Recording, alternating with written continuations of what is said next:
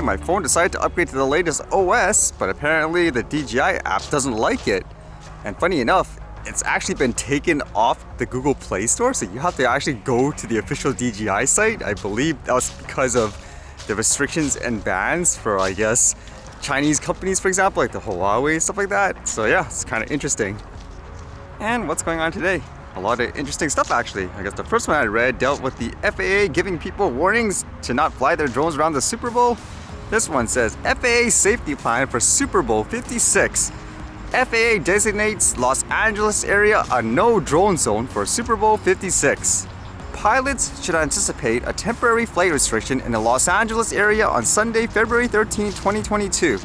Typical TFRs limit the availability of certain operations, including glider operations, flight training, and unmanned aerial system operations. Specific procedures described on this website and are contained in the associated notices to air missions may be revised or unavailable at the time of the event, and access to some airports may be restricted. Pilots are encouraged to check NOTAMs frequently to confirm they have the most current information. And when you look at the radius, it says it's 30 nautical miles. That's huge, isn't it? In terms of a general radius, considering they consider so many things like a drone, for example. That makes you wonder there, is that too much? 30 nautical mile radius, and you're flying anything would be illegal technically. Like popping up a little toy, I guess, in your backyard. And there was so much news around here just with those truck protests in Canada, specifically Ottawa.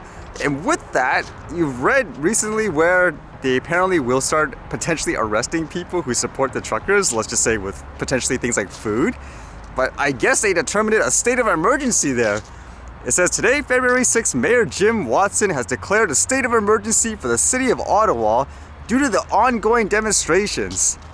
What does that exactly entail? I'm not sure. I'm guessing it just gives them the ability to make, I guess, certain restrictions calling for specific aids and all that. But apparently from reading the news, they are going after them. It says police raid on Ottawa protest camp is strongest show of enforcement yet. City councillors sure to ask about Sunday raid on Monday emergency meeting. In its most obvious display of enforcement against the anti-pandemic rule demonstration that arrived in Ottawa 10 days ago, dozens of heavily armed police officers descended Sunday night on the baseball stadium parking lot that has been serving as a staging area for the protesters in the downtown core. It's kind of interesting too, where you can actually see there's meetings and videos where in relation to things like those GoFundMe and stuff, it actually was, from the looks of it, like the Ottawa police, for example, and I suppose the mayor or something like that told them to take it down, so to speak. Like there's conference calls and stuff you can see. It's kind of crazy in some ways when you think about it. We have, through the efforts of Deputy Bell, Christiane Huneau, the mayor and his staff, we've been able to shut down the GoFundMe program. That's a temporary reprieve because the funds are already moving in different directions. We are now going after supply and fuel coming into the area through investigations and intelligence operations and interdictions, all of which were underway yesterday, fully underway today. I mean, really, it's going to be really fascinating to see how this unfolds. And just by reading some, for example, news and comments, it's just interesting how everyone has kind of a different view of what's going on depending on what news and stuff you read. For example, I know one side, they would say they were fighting for things like freedom and all that. The other side would say, no, they're just anti-vaccine people. Again, it just seems like there's so much confusion in terms of what they are, I guess, doing there. And kind of interesting too, just in terms of how much of an impact that they have here, because to my understanding, one of the goals they have is to get rid of things like mandates. And I know just recently, like for example, in Saskatchewan, like here it says, Saskatchewan to release plan on lifting COVID-19 public health orders, Premier says.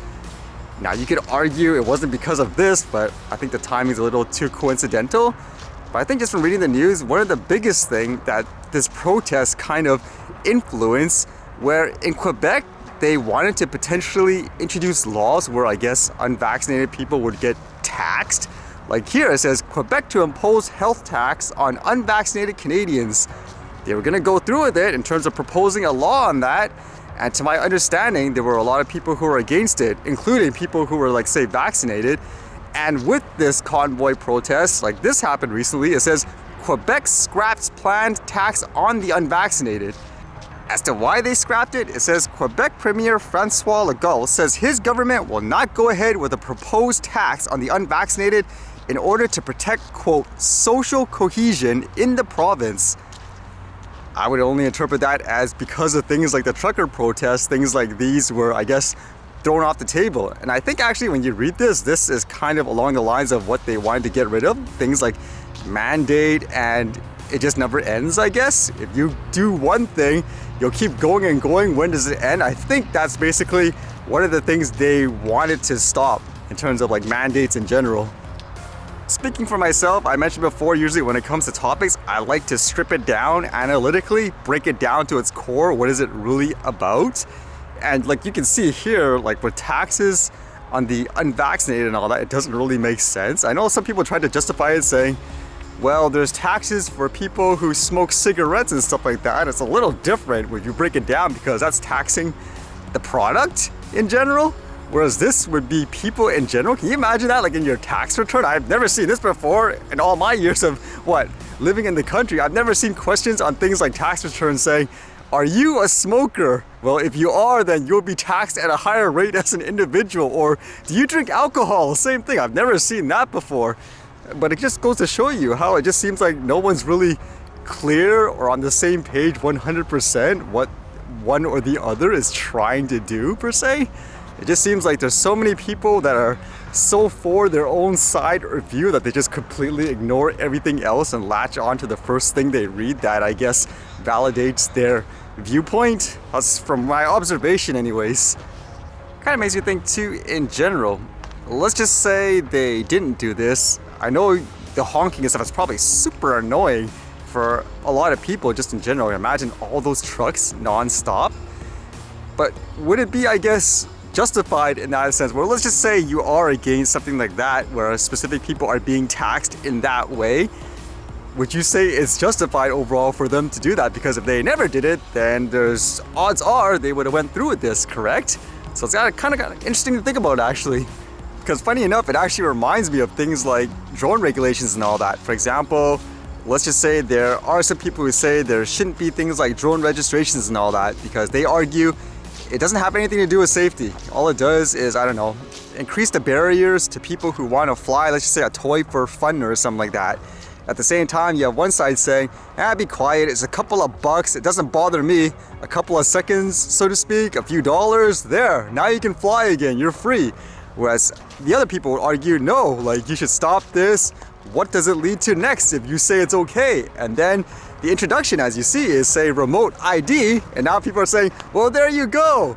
And now you would have people fighting against that, but then you would argue, is the traditional method enough to, I guess, stop that from happening? Because you could say like there, I guess there's a huge portion of the population that would say, good, get rid of them all. They kill people, they spy on you and so forth, so more tracking and stuff, the better. So would you have done something like this, like, I don't know, honking or whatever, non-stop in order to make your point and to get change, or no? Would you just still do it the traditional way in terms of trying to set up a meeting, I guess, politically and all that to try to get change, I guess you could say?